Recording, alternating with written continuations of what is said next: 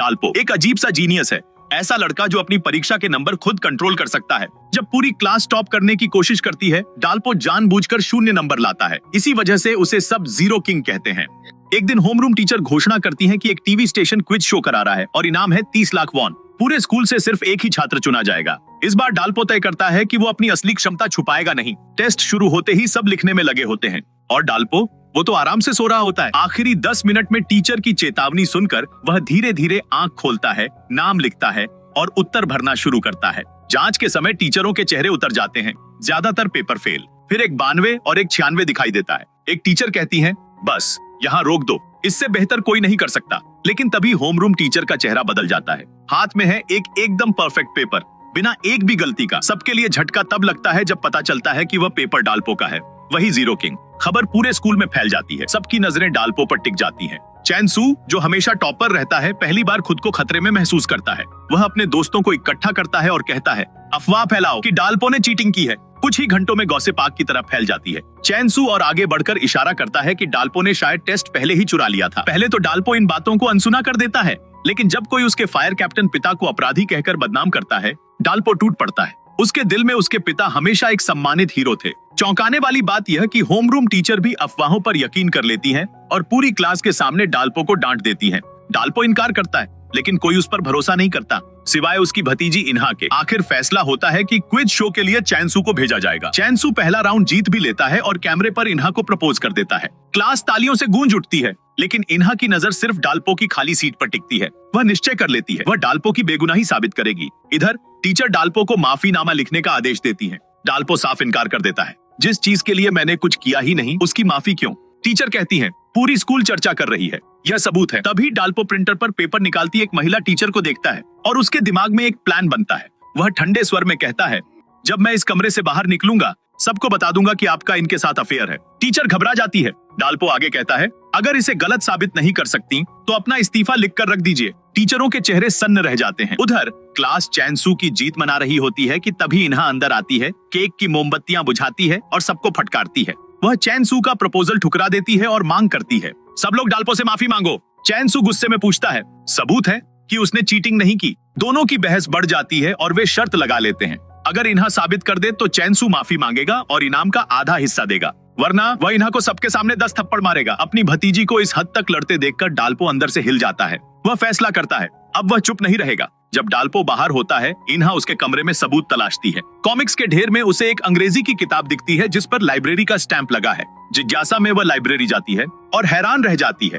हर किताब पर डाल्पो का उधार रिकॉर्ड, यानी वह हमेशा से पढ़ाई करता था, सिर्फ सबसे छुपाकर। वह सारे रिकॉर्ड कॉपी करके सबूत तैयार कर लेती है। इधर डाल्पो क्विज शो के ऑडिशन में पहुंचता है और आसानी से पास हो जाता है। अब मंच पर आमने सामने है जीरो किंग डाल्पो बनाम टॉपर चैन सू। पहले ही सवाल से डाल्पो सबको चौंका देता है। होस्ट पूछता है, 43 लोगों में से एक को एक ऐसी बीमारी होती है जिसमें झूठ बोलते ही हिचकी आती है। यह बीमारी किस परिकथा किरदार के नाम पर है? डाल्पो अचानक अपनी एकमात्र लाइफलाइन यूज करता है और चैन सू को बुलाता है। 30 सेकंड में वह ताना मारता है, अगर आज तुम्हें हरा दिया तो मुझे तुम्हें 10 थप्पड़ लगाने दो। सब सन्न रह जाते हैं। सच्चाई ये है, डाल्पो इस शो में सिर्फ इन्हा का बदला लेने आया है। लाइफलाइन बर्बाद होने के बावजूद वह आत्मविश्वास से जवाब देता है। पिनोकियो। होस्ट जवाब सही बताता है और पूछता है, क्या आपने कभी किसी ऐसे इंसान को देखा है जिसे यह बीमारी हो?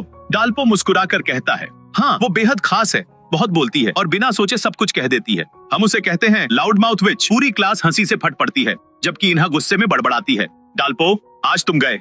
दूसरा सवाल आता है, 60 साल के राशि चक्र के अनुसार यह कौन सा वर्ष है? लेकिन यह सवाल डाल्पो की सबसे दर्दनाक याद को जगा देता है। उसे अपना असली नाम याद आता है, हामयोंग। वह और उसका बड़ा भाई जामयोंग कभी शहर के मशहूर जीनियस बच्चे थे। एक समय था जब उनका परिवार, माँ, पिता और दोनों बेटे खुशहाल जिंदगी जी रहे थे। लेकिन फिर आया वो हादसा जिसने सब कुछ बदल दिया। उनके पिता, जो फायर कैप्टन थे, एक बड़ी फैक्ट्री आग की सूचना पर टीम लेकर पहुंचे। मैनेजर ने सिर्फ 2 मजदूरों के अंदर फंसे होने की बात कही, लेकिन यह नहीं बताया कि फैक्ट्री में खतरनाक केमिकल्स का ढेर था। डाल्पो के पिता ने सच्चाई जाने बिना टीम को अंदर भेज दिया, जबकि मजदूर तो पहले ही भाग चुके थे और आग उन्हीं की गलती से लगी थी। कुछ ही देर बाद केमिकल्स धमाके से फट पड़े। सारी फायर टीम सहित 9 फायर फाइटर शहीद हो गए और आग अगले दिन तक जलती रही। बाद में मैनेजर ने झूठ बोलकर सारी गलती डाल्पो के पिता पर डाल दी कि कैप्टन ने चेतावनी के बावजूद अंदर जाने की जिद की थी। आश्चर्य ये कि 9 में से सिर्फ 8 शव मिले। तभी एक गवाह ने दावा किया कि उसने बारिश में कैप्टन को जिंदा देखा था। वह गवाह पिनोकियो सिंड्रोम से पीड़ित था, इसलिए उसकी बात बिना सोचे ही सच मान ली गई।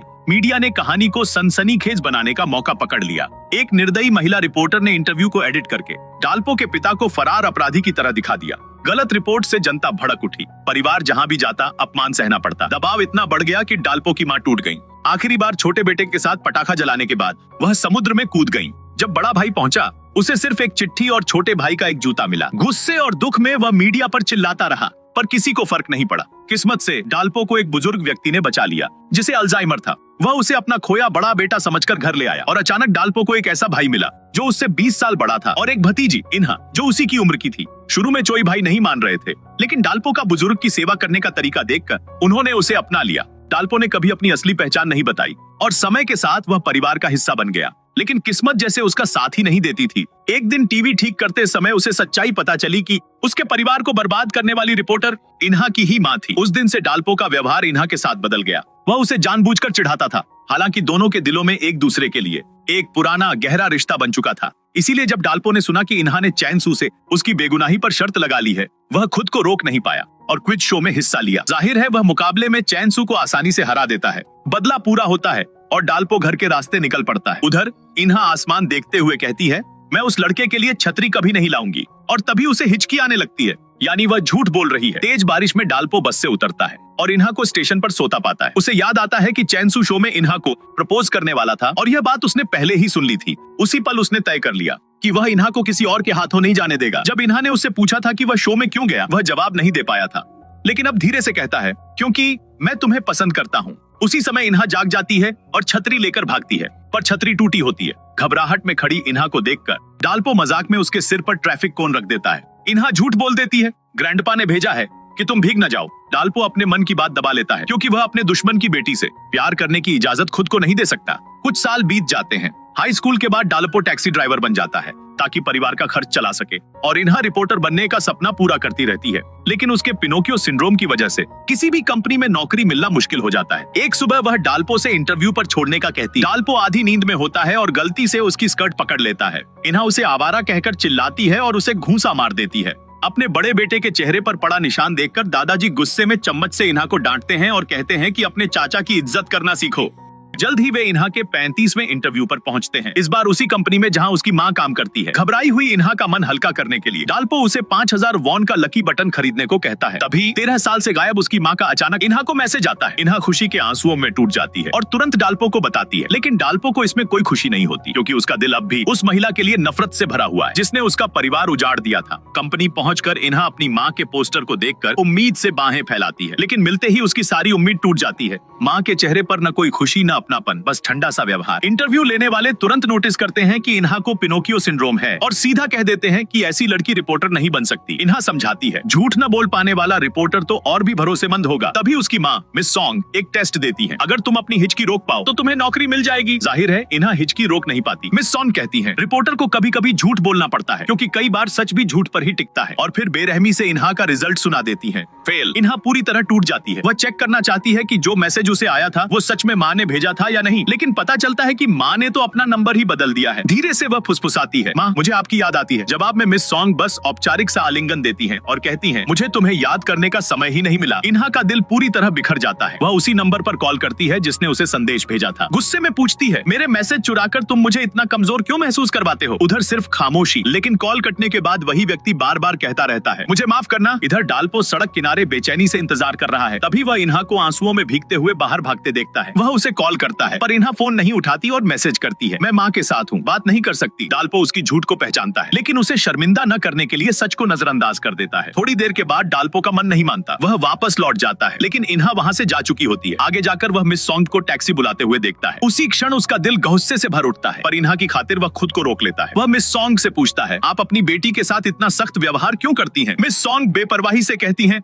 उसे समझाओ कि ऐसे सपनों का कोई भविष्य नहीं होता। उधर इन्हा घर जाकर अपनी सारी पत्रकारिता की की किताबें समेटती है और उन्हें जलाने की सोचती है। घर लौटते समय दादाजी बताते हैं कि इन्हा सूटकेस लेकर कहीं निकल गई है। डाल्पो घबराहट में भागता है। छत से इन्हा के एडमिशन टिकट के टुकड़े गिरते हैं। वह तेजी से ऊपर दौड़ता है और हिचकी की आवाज सुनते ही उसे चैन आता है। इन्हा को देखकर वह धीरे से कहता है, मुझे आज सब पता है, जो कुछ भी तुम्हारे साथ हुआ। इन्हा शर्मिंदा होकर रो पड़ती है। वह जानती है कि डाल्पो ने अपने सपनों की कुर्बानी देकर हमेशा उसका साथ दिया है और फिर भी वह हर बार असफल हो रही है। वह कहती है, मैं हार गई हूँ, मैं अब और बोझ नहीं बनना चाहती। लेकिन उसकी हिचकियां बता देती हैं कि वह झूठ बोल रही है। अंत में वह टूटकर कहती है, मैं छोड़ना नहीं चाहती, पर क्या करूं। अचानक डाल्पो उसका हाथ पकड़कर कहता है, तो फिर चलो हम दोनों रिपोर्टर बनते हैं, साथ मिलकर लड़ेंगे और सच्चाई को सच में सच साबित करेंगे। इसके बाद आने वाले महीनों में डाल्पो दिन रात पढ़ाई करता है। इन्हा के साथ इंटरव्यू की तैयारी करता है। दादाजी को चिंता न हो इसलिए उनसे छुपता रहता है, लेकिन बुजुर्ग पिता सब समझ चुके होते हैं। एक दिन वह उत्साह से डाल्पो को नाई की दुकान ले जाते हैं, स्टाइलिश हेयर कट चुनते हैं, फिर उसके लिए एक बढ़िया सूट खरीदते हैं। तैयार होकर जब डाल्पो बाहर आता है, दादाजी की आंखों में गर्व चमकने लगता है। अरे ये कौन है? डाल्पो आईने में खुद को देखकर असहज हो जाता है। वह अब उस बूढ़े का भोला बेटा नहीं दिखता। तभी दादाजी सच बता देते हैं, मुझे हमेशा पता था कि तुम मेरे असली बेटे नहीं हो, पर मैं तुम्हें खोना नहीं चाहता था। फिर वह गंभीर आवाज में कहते हैं, अब मेरी चिंता मत करो, जाओ अपनी जिंदगी जियो। डाल्पो आंसू रोक नहीं पाता, आप हमेशा मेरे पिता रहेंगे। घर पहुंचने पर चोई उसे पहचान नहीं पाता और पूछता है, पिताजी ये मेहमान कौन है? दादाजी मुस्कुराते हुए कहते हैं, ये तुम्हारे बड़े भाई हैं। जैसे ही डाल्पो घर में दाखिल होता है, बाहर आती इन्हा उत्साहित होकर कहती है, मेरे अंकल आज तो कमाल लग रहे हैं। बूढ़े पिता गर्व से मुस्कुराते हैं। डाल्पो की स्मार्टनेस और अच्छी शक्ल हमारी फैमिली से ही मिली है। चोई अपनी बेटी को इतने प्रभावित होते देखकर चौंक जाता है। कल तक तो वह उसे सबसे प्यारी और सुंदर गर्ल कह रहा था, लेकिन आज डाल्पो को देखकर उसे लगता है कि उसकी बेटी तो उसके लायक ही नहीं। वह तुरंत उसे डांटता है, ये पुराने कपड़े फेंक दो। इन्हा गुस्से में याद दिलाती है, आपने ही कहा था मैं मिस कोरिया से भी सुंदर हूँ। चोई फौरन बहाना बनाता है, अरे मैं नशे में था।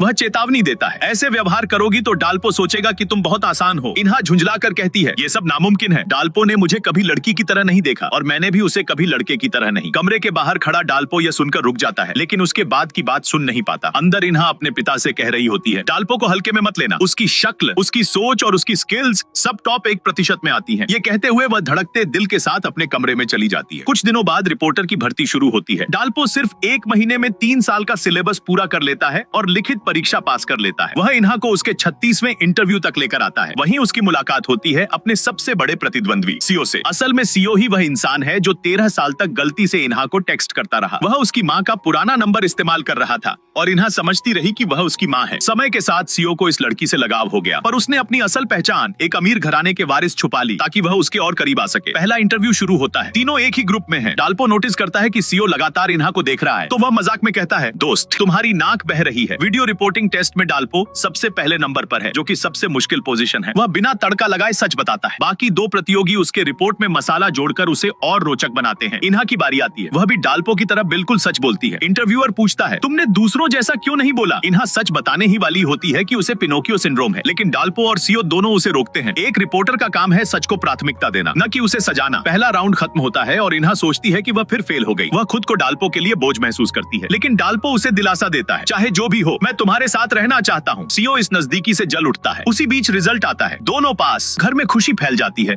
लेकिन चोई परेशान है। उसे तो अपनी बेटी और डाल्पो करीब आते हुए दिख रहे हैं। कंपनी में दूसरा राउंड शुरू होता है, डिबेट इंटरव्यू। केस खुलते ही डाल्पो का चेहरा फीका पड़ जाता है। यह वही केस था जिसने 13 साल पहले उसके पिता की जिंदगी तबाह कर दी थी। अब सवाल पूछा जाता है, आखिर गलती किसकी थी? डाल्पो अंदर ही अंदर टूट जाता है, पर तभी इन्हा बोलती है। वह कहती है कि इस ट्रेजेडी का कारण लालच नहीं बल्कि एक गलतफहमी थी। एक गवाह जिसने झूठ नहीं बोल सकता था, लेकिन उसने व्यक्ति को पहचानने में गलती कर दी। वह कहती है, ये एक दुर्भाग्यपूर्ण हादसा था जिसका दोष किसी एक इंसान पर नहीं डाला जा सकता। अचानक डाल्पो गुस्से में बोल उठता है, क्या किसी की भी गलती नहीं? पिनोकियो और रिपोर्टर्स दोनों को पता होना चाहिए था कि लोग उनकी हर बात पर विश्वास करते हैं। उन्हें और सावधान रहना चाहिए था। उनकी लापरवाही ने एक पूरा परिवार बर्बाद कर दिया। फिर भी इन्हा अपने विचार पर अटल रहती है। डाल्पो समझ जाता है कि पिनोकियो सिंड्रोम वाले व्यक्ति को रिपोर्टर क्यों नहीं होना चाहिए, क्योंकि जब तक उन्हें लगता है कि वे सही हैं, उन्हें हिचकी नहीं आएगी। डाल्पो के बदले हुए व्यवहार से दुखी इन्हा इंटरव्यू रूम छोड़ देती है। वो भी इंटरव्यू से हटने का निर्णय लेता है और उसके साथ बाहर चला जाता है। लिफ्ट में वह उसे समझाने की कोशिश करता है, पर इन्हा चुप रहती है। वह जानती है कि बहस में हर किसी का अपना मत हो सकता है, लेकिन फिर भी उसे उम्मीद थी कि डाल्पो कम से कम उसका साथ देगा। वो धीरे से कहता है, शायद तुम डाल्पो को पसंद करती हो। इन्हा तुरंत इनकार करती है, लेकिन उसकी हिचकियां सब कुछ बता देती हैं। उधर डाल्पो छत पर जाकर फूट फूट कर रो पड़ता है। अब उसे एहसास हुआ कि उसका पिता भगोड़ा नहीं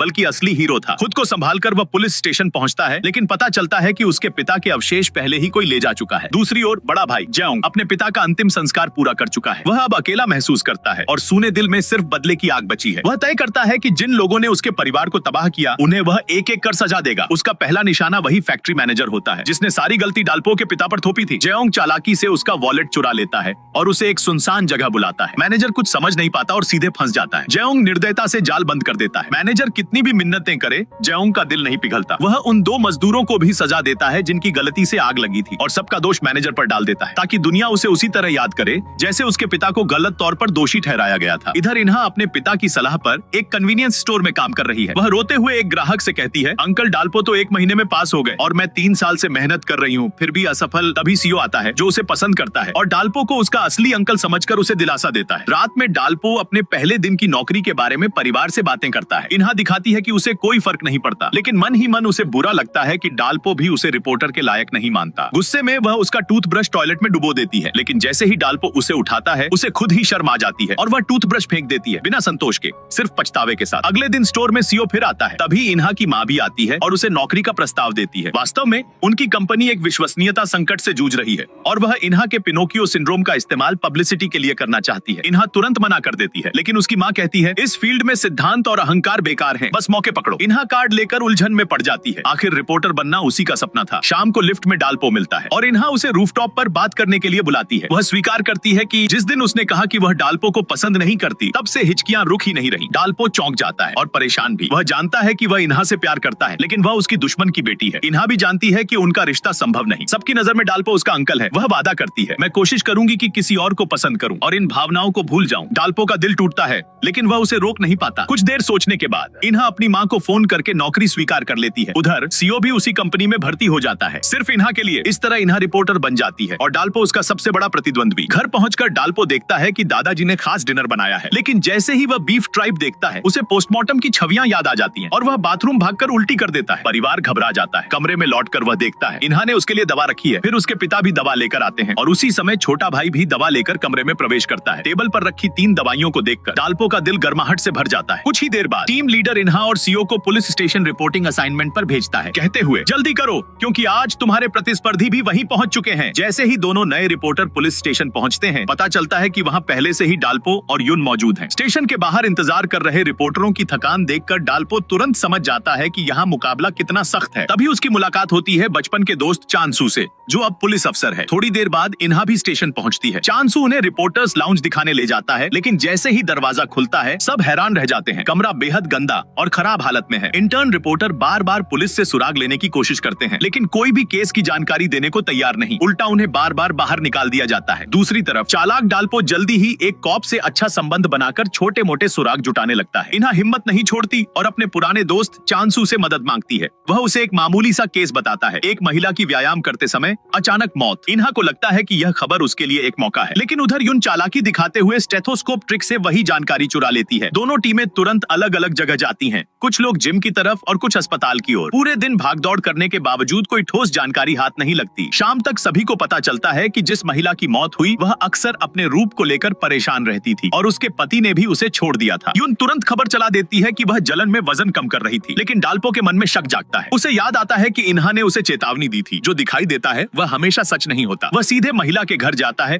और परिवार से सच जानता है। वह महिला अपनी बेटी को बचाने के लिए अपना लीवर दान करना चाहती थी, लेकिन ऑपरेशन से पहले उसे 30 किलो वजन कम करना था। इसी जल्दबाजी में उसने ज्यादा मेहनत कर दी और दुखद घटना हो गई। देर हो चुकी थी। वही अधूरी और गलत खबर टीवी पर चल चुकी थी। बेटी रोते हुए कहती है, ये सब झूठ है। इसी बीच मिस सोंग सच के साथ लाइव हो जाती हैं। इन्हा ने सही समय पर असली जानकारी पहुंचाई थी और मिस सोंग ने उसी का इस्तेमाल किया। इस एक रिपोर्ट से डाल्पो की कंपनी की साख गिर जाती है। डाल्पो शर्म, पछतावे और गुस्से में कंपनी से गायब हो जाता है। उसे वही कमरा याद आता है जहां उसने इन्हा पर तंज कसा था कि वह सावधान नहीं है। आज वही गलती वह खुद कर चुका है और एक परिवार को दर्द दिया है। घर जाकर वह अपने पिता से कहता है कि रिपोर्टर बनना बुरा फैसला था, कम पैसे, ज्यादा डांट और हर दिन तनाव। वह नौकरी छोड़ने की बात करता है, लेकिन बूढ़ा पिता तुरंत समझ जाता है और कहता है, भागना आसान है, लेकिन क्या तुम वाकई इससे डर नहीं रहे? डाल्पो को बातें चुप जाती हैं। रात को वह अपने फोन पर इन्हा के मिस्ड कॉल देखता है और वह वादा याद करता है, एक साथ रिपोर्टर बनेंगे। अगली सुबह वह हिम्मत जुटाकर ऑफिस वापस जाता है। उसे लगता है कि टीम लीडर उसे खूब डांटेंगे, लेकिन उल्टा लीडर कहते हैं, ये गलती मैं भी कर चुका हूँ, इसे सीख समझकर आगे बढ़ो। डाल्पो फिर से काम में जुट जाता है। पुलिस स्टेशन में इन्हा एक नए केस आगजनी के बारे में जानकारी जुटाने की कोशिश कर रही होती है। तभी डाल्पो डाल्पो वहाँ पहुँचता है और इन्हा घबराकर डगमगा जाती है। वह उससे बात नहीं करना चाहती और सेयो उसे सहारा देकर ले जाता है। डाल्पो उसे जाते हुए देखता रह जाता है। तभी एक नया सुराग सामने आता है।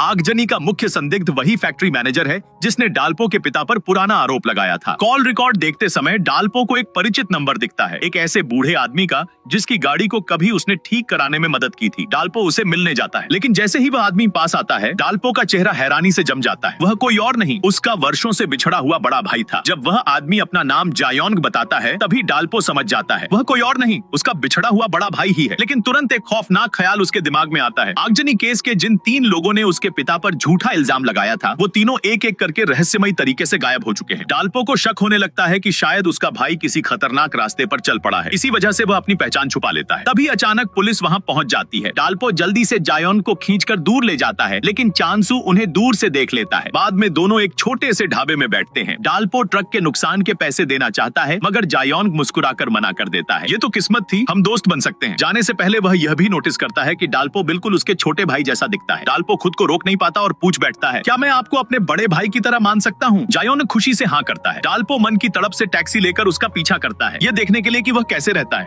और कहीं केस में फंसा तो नहीं। लेकिन दरवाजे की घंटी बजाने की हिम्मत नहीं जुटा पाता। वह सच्चाई का सामना करने के लिए अभी तैयार नहीं था। उधर शहर में एक नया हादसा हो जाता है। एक आदमी शराब पीकर गाड़ी चला रहा होता है। पुलिस रोकती है तो वह कार छीनकर भागने लगता है। तेज रफ्तार में वह गाड़ी पर नियंत्रण खो देता है। तभी एक छोटा बच्चा बैसाखियों के सहारे सड़क पार कर रहा होता है। गाड़ी फिसलती है, पलटती है। आखिरी पल में एक वाटर डिलीवरी ट्रक तेजी से आकर उसके सामने रुक जाता है और बच्चे को बचा लेता है। ड्राइवर टक्कर सहकर भी पहले बच्चे को देखता है और फिर वहीं गिर पड़ता है। इन्हा की न्यूज टीम पूरा हादसा रिकॉर्ड कर लेती है। ड्राइवर रातों रात नेशनल हीरो बन जाता है और हैरानी की बात, वह हीरो कोई और नहीं, जायोंग था और उसकी चोटें भी ज्यादा गंभीर नहीं थी। इन्हा उसे तलाश कर लेती है और इंटरव्यू के लिए अपना कार्ड देती है। जायोंग मुस्कुराता है, एक अजीब खतरनाक सी मुस्कान, क्योंकि थोड़ी देर पहले ही उसने पता लगा लिया था कि इन्हा उस रिपोर्टर की बेटी है जिसने 13 साल पहले उसकी परिवार की जिंदगी तबाह कर दी थी। इधर उसका ट्रक पुलिस स्टेशन पहुंचता है और डाल्पो उसे देखकर घबरा जाता है। वह तुरंत अस्पताल दौड़ता है। अस्पताल में जायोंग इंटरव्यू दे रहा होता है। वह कहता है कि उसे वह बच्चा अपने खोए हुए छोटे भाई जैसा लगा, इसलिए उसने जान जोखिम में डाल दी। इन्हा को पता चलता है कि जायोंग उसी पुराने हादसे का पीड़ित है। वह गुस्से में पूछती है, वो झूठी खबर चलाने वाला रिपोर्टर कौन था? जैसे ही जायोंग नाम बताने वाला होता है, डाल्पो वहां पहुंचकर इन्हा को खींच ले जाता है। इन्हा सोचती है कि डाल्पो उसकी स्टोरी छीनना चाहता है, लेकिन डाल्पो सख्त लहजे में कहता है, उससे दूर रहो, वो खतरनाक है, मुझ पर भरोसा करो। इन्हा तर्क देती है कि जिसने एक बच्चे की जान बचाई वो बुरा इंसान कैसे हो सकता है, लेकिन डाल्पो जानता है उसका भाई बदले की आग में जल रहा है और अगला निशाना इन्हा हो सकती है। वह कारण नहीं बता सकता, बस विनती करता है, कृपया उससे दूर रहो और मुझसे मत पूछो क्यों। डाल्पो को इतना गंभीर देखकर इन्हा अनिच्छा के बावजूद मान जाती है। उसके ईमानदार होने पर डाल्पो चैन की सांस लेता है। उधर जायोंग की निगाहें कैमरामैन पर पड़ती हैं। वही आदमी जिसने 13 साल पहले उस झूठी रिपोर्टिंग का फुटेज शूट किया था। कैमरामैन का चेहरा डर से पीला पड़ जाता है, क्योंकि उसे याद आता है उमेश सॉन्ग ने कभी जायोंग के पिता को बेशर्म भगोड़ा कहकर रिपोर्ट एडिट की थी और जब जायोंग ने विरोध किया था, उसे कत्ल की कोशिश के झूठे आरोप में जेल भेज दिया गया था। जायोंग इन्हा का कार्ड उठाकर पूछता है, क्या ये मिस सॉन्ग की बेटी है? कैमरामैन डर के मारे सिर हिला देता है। जायोंग एक ठंडी हंसी हंसता है, अब खेल मजेदार होगा। इसी बीच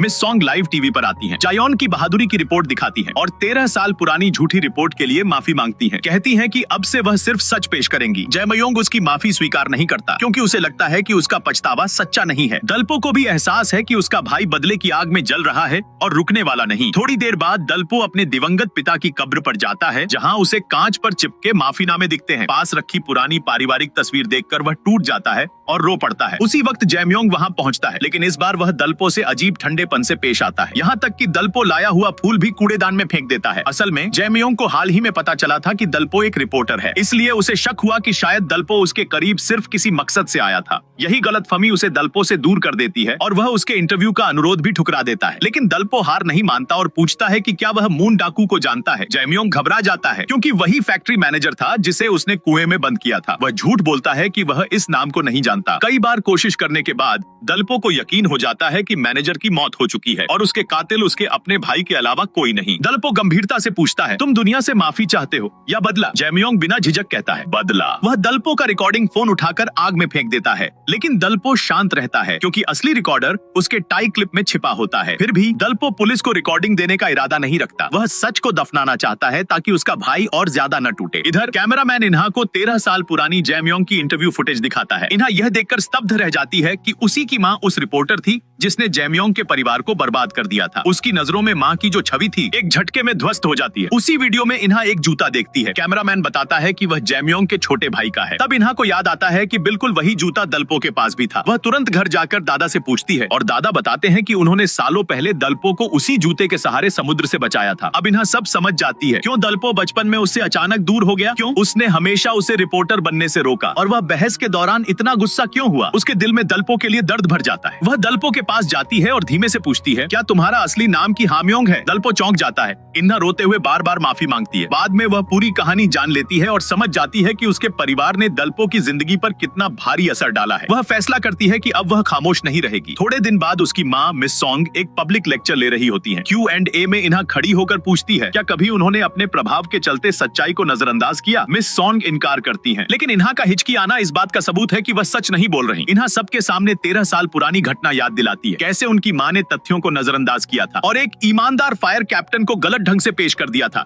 जिसकी वजह से पूरा परिवार टूट गया। वह साफ कहती है कि बिना आधार की खबरें कितनी खतरनाक हो सकती हैं। मिस सॉन्ग अपनी सफाई पेश करती है, लेकिन इन्हा यह कहते हुए जवाब देती है, जब लोग आपकी बातों पर भरोसा करते हैं तो रिपोर्टर और गवाह दोनों को और ज्यादा सावधान रहना चाहिए था। यह गलती आपकी थी और इसकी जिम्मेदारी भी आपकी ही है। लेक्चर के बाद इन्हा घबराई होती है कि कहीं उसे नौकरी से निकाल न दिया जाए। दलपो पूछता है कि उसने ऐसा क्यों किया। इन्हा कहती है कि वह सच जानकर चुप नहीं रह सकती। जब दलपो पूछता है कि क्या वह अपनी माँ को लेकर चिंतित नहीं है, तो वह स्वीकार करती है कि है, लेकिन सच से मुंह नहीं मोड़ा जा सकता। थोड़ी देर बाद दलपो को सीओ का फोन मिलता है। जैमयोंग इन्हा की कंपनी में है। दलपो तुरंत भागते हुए वहां पहुंचता है और देखता है कि जैमयोंग इन्हा का पीछा कर रहा है। जैमयोंग इन्हा को पकड़कर पूछता है कि उसे उसके परिवार के बारे में इतना कैसे पता है, लेकिन इन्हा सच्चाई बताने से इनकार कर देती है। तब यह ठीक समय पर दलपो पहुंचता है और अपने भाई को शांत करने के लिए सच उजागर करता है कि वह वास्तव में हामयोंग है। शुरुआत में जैमयोंग भरोसा नहीं करता, लेकिन जब दलपो उसे याद दिलाता है कि बचपन में किस तरह उसने उनके पिता के लौटकर आने का झूठा दिलासा दिया था, तब उसे एहसास होता है कि सामने खड़ा लड़का सच में उसका छोटा भाई है। दोनों भावुक होकर एक दूसरे को गले लगा लेते हैं। कुछ देर बाद दोनों एक रेस्टोरेंट में बैठते हैं, जहां जैमयोंग बचपन वाला पसंदीदा पिज्जा ऑर्डर करता है। वह पूछता है कि दलपो कैसे बचा रहा। दलपो बताता है कि एक बुजुर्ग व्यक्ति ने उसे अपने बेटे की तरह पाला। बात के दौरान लोग जैमयोंग को पहचानने लगते हैं। उन्हें यह विडंबना चुभती है कि जिसने उनके पिता को बदनाम किया था, वही आज जैमयोंग को राष्ट्रीय हीरो बना चुकी है। जैमयोंग अपने भाई से कहता है कि वह हमेशा दलपो बनकर ही जिए और उनकी असली पहचान दुनिया से छिपाए। दलपो कारण पूछता है और जैमयोंग टूटते हुए स्वीकार करता है, मैंने लोगों को मार दिया। यह सुनकर दलपो का दिल चीर जाता है। इधर कंपनी में यून बताती है कि पुलिस अब जैमयोंग को आगजनी केस में संदिग्ध मान रही है। चैनल इसे बड़ी खबर समझता है, लेकिन दलपो घबरा जाता है। वह नेता को सच बताकर भरोसा दिलाता है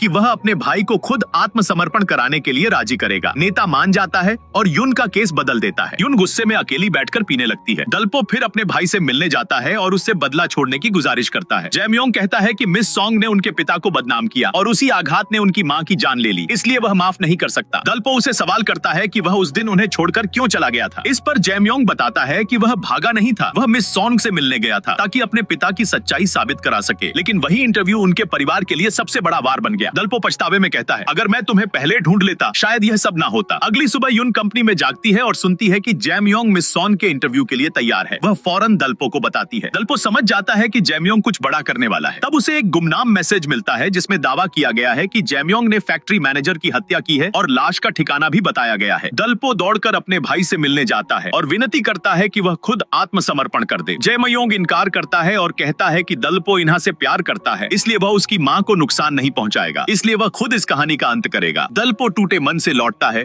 जहां इन्हा उसका इंतजार कर रही होती है। वह जानती है कि दलपो उसकी वजह से खुद को रोक रहा था, इसलिए वह कहती है, अगर मेरी माँ गलत है तो उसके खिलाफ खड़े हो जाओ। दलपो हैरान होता है, लेकिन सच मान लेता है कि अब समय आ गया है। अगले दिन वह अपने भाई से मिलता है और कहता है कि उसने इन्हा को छोड़ने का फैसला कर लिया है। वह सारे सबूत चैनल को देगा, गवाहों से खुद मिलेगा और अगर सब सच हुआ तो रिपोर्ट करेगा कि जैमयोंग एक हत्यारा है। उसकी आंखों में आंसू आते हैं। एक रिपोर्टर की तरह मैं तुम्हें रोकूंगा और एक रिपोर्टर की तरह ही मिस सॉन्ग का सच सामने लाऊंगा। तभी उसे गवाह का फोन आता है। असल में वो मैसेज जैमयोंग ने ही भेजा था। वह चाहता था कि दलपो उसके माता पिता के लिए न्याय दिलाए। दलपो की ईमानदारी देखकर जैमयोंग भी सच सामने लाने का फैसला करता है। उधर मिस सॉन्ग को जरा भी एहसास नहीं कि खतरा उसके सामने खड़ा है। लाइव प्रसारण शुरू होता है, जहां वह 13 साल पुराना वीडियो दिखाकर जनता की सहानुभूति लेना चाहती है। जैमयोंग मिस सॉन्ग से पूछता है कि वह असली बिना एडिट वाला फुटेज क्यों नहीं दिखा रही। मिस सॉन्ग नर्वस हो जाती है और विषय बदलने की कोशिश करती है, लेकिन जैमयोंग उसे आरोप लगाता है कि उसने वीडियो एडिट करके उसके पिता को गलत तरीके से पेश किया। वह साजिश और एडिटिंग के लिए उसकी निंदा करता है। मिस सॉन्ग यह कहकर बचने की कोशिश करती है कि उस समय न्यूज रूम का अनुभव कम था, लेकिन जैमयोंग नहीं रुकता। वह तीखी तंज के साथ कहता है, 13 साल पहले आपने बहादुर फायर फाइटर को फरार दिखाया और अब आप मुझे, जो कि बदला लेने वाला हूँ, हीरो बना रही है। इस पर सभी लोग हैरानी से उसे देखते हैं। इसी बीच दलपो घटना स्थल पर पहुंचता है और सच जनता के सामने लाता है। एक इंटरव्यू वीडियो में जैमयोंग स्वीकार करता है कि उसने अपने पिता को फंसाने वाले 3 लोगों को खत्म किया और सबूत भी पेश करता है। रिपोर्ट के अंत में दलपो दृढ़ता से कहता है, मैं हूँ कि हाँ म्योंग। तभी उसके दत्तक पिता और छोटे भाई को असली पहचान पता चलती है। पुलिस की गाड़ियां सड़क पर आती हैं। 13 साल बाद 2 भाई फिर मिलते हैं, लेकिन जैमयोंग धीरे से कहता है, काश हम पहले मिलते। दलपो पछतावा जताता है और बार बार माफी मांगता है, लेकिन जैमयोंग उसे दोष नहीं देता। वह सिर्फ चिंता करता है कि उसका छोटा भाई मिस सॉन्ग का सामना अकेले करेगा। वह उसे सच्चा रिपोर्टर बनने और अपने पिता के लिए अधूरा बदला पूरा करने के लिए प्रोत्साहित करता है। घर लौटकर दलपो अपने दत्तक पिता से विदा लेता है। जीवन यहाँ सुखद है, लेकिन वह अपने भाई के लिए अपराध बोध महसूस करता है। दत्तक पिता दुखी होते हैं, लेकिन जानते हैं कि उन्हें रोकना नहीं चाहिए। इन्हा, जो कमरे में छिपी है, अपने आंसू रोक नहीं पाती। जैमयोंग को फिर अपराध स्थल पर पुनर्निर्माण के लिए ले जाया जाता है। रिपोर्टर्स उसका घेराव करते हैं और दृश्य 13 साल पहले जैसा लगता है, लेकिन अब जैमयोंग पीड़ित नहीं बल्कि बदला लेने वाला है। मिस सॉन्ग का करियर बुरी तरह प्रभावित होता है। दलपो उसे चेतावनी देता है, इतना आसानी से नहीं टूटना चाहिए, मजा तब नहीं आएगा। फिर मिस सॉन्ग के और झूठे रिपोर्ट सामने आते हैं। जनता नाराज होती है और कुछ लोग कंपनी के बाहर विरोध करते हैं। दूसरी तरफ एक और पीड़ित सामने आता है, मिस्टर पार्क, जो बस कंपनी के मालिक थे। उन्होंने भ्रष्ट ड्राइवर को नौकरी से निकाला था, लेकिन मिस सॉन्ग ने झूठा दावा किया कि ड्राइवर ने आत्महत्या की। असल में ड्राइवर दिल के दौरे से मर गया था। इसके बाद रिपोर्टर्स सच्चाई उजागर करने के लिए विभाजित हो जाते हैं। इन्हें मृत्यु प्रमाण पत्र की जांच करती है, को उसके पूर्व सहयोगियों से पूछताछ करता है, यून परिवार से मिलती है और दलपो मिस सॉन्ग से पुष्टि करता है कि उसने सही प्रक्रिया अपनाई थी या नहीं। मिस सॉन्ग कहती है कि हर अफवाह का जवाब देने की जरूरत नहीं, लेकिन दलपो ठंडे स्वर में पूछता है, क्या आप साबित कर सकती हैं कि यह सिर्फ अफवाह है? यह वही सवाल है जो मिस सॉन्ग ने वर्षों पहले दलपो से पूछा था। वह मौत के परिवार के बयान और कथित सुसाइड नोट का हवाला देती है, लेकिन दलपो लगातार सच्चाई की तरफ दबाव डालता है। दलपो जांच करता है कि क्या मौत का प्रमाण पत्र सही है। मिस सॉन्ग गुस्से में आ जाती है, लेकिन उसकी झिड़की सुनकर दलपो संतुष्ट महसूस करता है। बाद में उसे एसईओ से पता चलता है कि ड्राइवर के सहकर्मी और परिवार ने पुष्टि की कि उसकी दिल की बीमारी थी और यह आत्महत्या नहीं थी। बावजूद इसके दलपो को कुछ गड़बड़ महसूस होती है। तभी इन्हा मैसेज भेजती है कि प्रमाण पत्र असली है। दलपो तुरंत इन्हा को कॉल करता है, लेकिन वह जवाब नहीं देती। उसे याद आता है कि अपनी माँ से मिलने के बाद इन्हा ने भी वैसा ही व्यवहार किया था। सच सामने आने पर इन्हा थोड़ी देर हिचकिचाती है, लेकिन अंततः सच मान लेती है। मिस्टर पार्क ने उन्हें धोखा दिया था। दलपो टूट जाता है, क्योंकि सफलता बस एक कदम दूर थी। घर लौटते ही वह अपने दत्तक पिता और छोटे भाई से मिलता है। 13 साल के पारिवारिक बंधन आसानी से टूट नहीं सकते। दत्तक पिता उसकी चिंता करते हैं और उसे याद दिलाते हैं कि वह हमेशा उनका बेटा रहेगा। दलपो उनके द्वारा छोड़े गए तोहफे को खोलता है और उसमें से परिवार की गर्माहट महसूस करता है। अगले दिन कंपनी के बाहर लोग मिस सॉन्ग से माफी मांगने के लिए इकट्ठा होते हैं। दलपो याद करता है कि बचपन में उसने कितनी पीड़ा झेली थी। वह समझता है कि अगर वह खड़ा नहीं होगा तो वह उन्हीं बेईमान रिपोर्टर्स जैसा बन जाएगा जिनसे वह नफरत करता है। दलपो आगे बढ़ता है, असली प्रमाण पत्र दिखाता है और कहता है कि ड्राइवर की मौत असली कारणों से हुई थी। वह मिस्टर पार्क से पूछता है कि उसने सबूत क्यों फर्जी बनाया।